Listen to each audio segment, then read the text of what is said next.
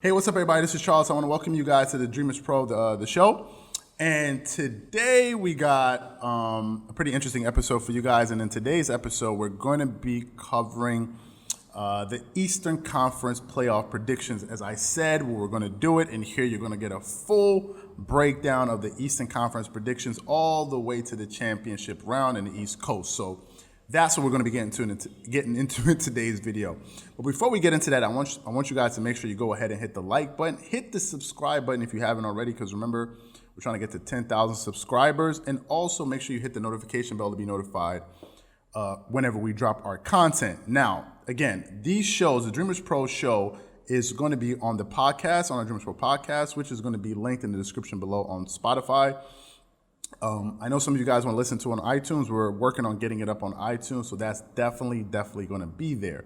If this is the first episode you're seeing, if you're seeing the Eastern Conference breakdown, we're going to link the Western Conference breakdown at the end of the video. So make sure you watch this entire video and watch the Western Conference breakdown so you guys get the full playoff predictions so you're not missing anything.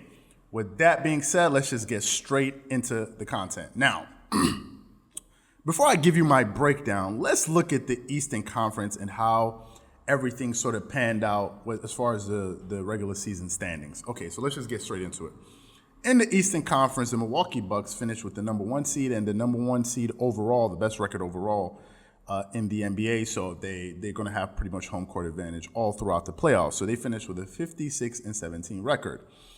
Right behind them is the Toronto Raptors with a 53-19 record. So they had a fantastic season, and they won the last 4 games going into the playoffs, so they were in a great rhythm. Then you have the Boston Celtics with a 48-24 record at the number 3 seed. Then you have the Indiana Pacers with a 45-28 record with the number 4 seed. So all of those teams have home court advantage. And then you have the Miami Heat with a 44-29 record. Then you have the Philadelphia 76ers with a 43-30 record. Then you have the Brooklyn Nets with a 35-37 record. They won 35 games and lost 37 games. And then you have the Orlando Magic with a 33-40 record going into the playoffs. So that's how everything sort of ended in the Eastern Conference. We all had an idea that the Milwaukee Bucks are going to have the best record in the association. However, a lot of us, well, some of us didn't, expect the Toronto Raptors to do so well, especially with the departure of Kawhi Leonard. But they were able to, put together an amazing season in which everybody contributed. So, they were able to secure the number 2 seed. So, let me just give you my first round playoff predictions and breakdowns. So let's just get straight into it. Let's talk about the first matchup. Well, first of all, let me just give you how the teams are going to match up with each other in the East. So you have the Milwaukee Bucks versus the Orlando Magic. Then you're going to have the Pacers against the Miami Heat. Then you have the Boston Celtics against the Philadelphia 76ers. Then finally, you have the Toronto Raptors against the Brooklyn Nets. So let's get it started. In the Eastern Conference, in round 1, we're going to look at the Bucks versus the Magic, and I have the Bucks sweeping that series in 4 games, and I have them advancing to the second round. I think it's going to be a quick series. Giannis Antetokounmpo is just going to put his imprint on the playoffs immediately, and I think the Bucks are going to be able to sweep that series in 4 games. The Toronto Raptors were able to beat them in 5 games last season, although they dropped the first game, but I think that they're going to win that series in 4. Then you have the Indiana Pacers versus the Miami Heat, which I think is going to be probably one of the more intriguing first-round matchups because they have an identical record. The Pacers have a 45-28 record, and the Miami Heat have a 44-29 record. So they virtually have the same record. I think both of them are really, really good teams. I think they match up really well. Victor Oladipo against Jimmy Butler, I think is going to be an exciting matchup. So in that series, I have the Indiana Pacers winning that series in 7 games. I see that series going 7 games. I think the 2 teams match up pretty evenly. But I have the Pacers winning that series in 7 games. Now, moving on to the Boston Celtics and the Philadelphia 76ers. I have the Celtics winning that series in 6 games. I think with the loss of Ben Simmons, I don't think he's going to be available for the Philadelphia 76ers. I think the Celtics are very talented with Jason Tatum, Jaylen Brown, Kemba Walker. I think Gordon Hayward. These guys have a lot of young, talented players, a lot of young, talented wings. So I just see them being able to come away with the win in that series, and I think they're going to do it in 6 games. I think the Philadelphia 76ers have been pretty inconsistent this season, and I think is the reason why that the Boston Celtics are going to win that series in 6 games. But you guys can let me know what you guys think. Feel free to disagree with me. Now, between the Toronto Raptors and the Brooklyn Nets, I have the Raptors winning that series in 5 games. Now, there's one thing to note about the Brooklyn Nets. The Brooklyn Nets play extremely hard. They play hellacious defense, and they're missing 2 of their best players in Kevin Durant and Kyrie Irving, 2 superstars. So, although they're going to lose the series, at least I think they're going to lose this series, no one is going to hold it against them, because for the simple fact that they've been able to make it to the playoffs, playing the way that they play, even beating the Clippers, shows you just how hard of a working team, how hard they work as a team. But again, the Toronto Raptors work very hard too. They play very hard, but they play very smart, and they have a fantastic coach. So I see the Toronto Raptors advancing in that series, winning that series in 5 games in a gentleman's sweep. So let's move to the conference semifinals. So in the semifinals, we're going to have the Bucks against the Pacers, and we're going to have the Boston Celtics against the Raptors. Okay?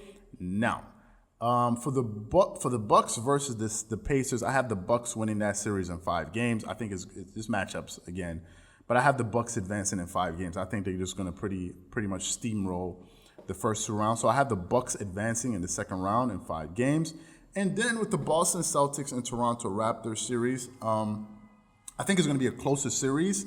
I think Boston is very, very talented. They have a lot of young, talented players. And I think 2 years ago they were able to get to the Eastern Conference Finals. But in this particular scenario, though, I think the Raptors are playing with so much confidence. They are the defending champions, and they do know how to win an NBA title. So I'm going to go with the Raptors in 6 games. I see them advancing in that series as well and beating the Boston Celtics to make it to the Eastern Conference Finals, in which we're going to have the Milwaukee Bucks and the Toronto Raptors in the Eastern Conference Finals. Now, this is where my predictions may get a little bit controversial. Okay. In the Eastern Conference Finals, I have the Bucks winning that series in 6 games. Now, let me just say this. Originally, I was going to pick the Toronto Raptors, okay, because, their championship pedigree, great coaching, the way that they play offense, the fact that they have so many of their players averaging double figures. So I thought the fact that they have a very balanced attack, they were going to be able to figure out the Bucks and beat them, because they were able to beat them last season. But there's one thing that made me decide to change my pick when it came to this series. And that thing is quite simple. The question I had to ask myself is, okay, you have the Toronto Raptors winning that series originally, but who's going to guard Giannis?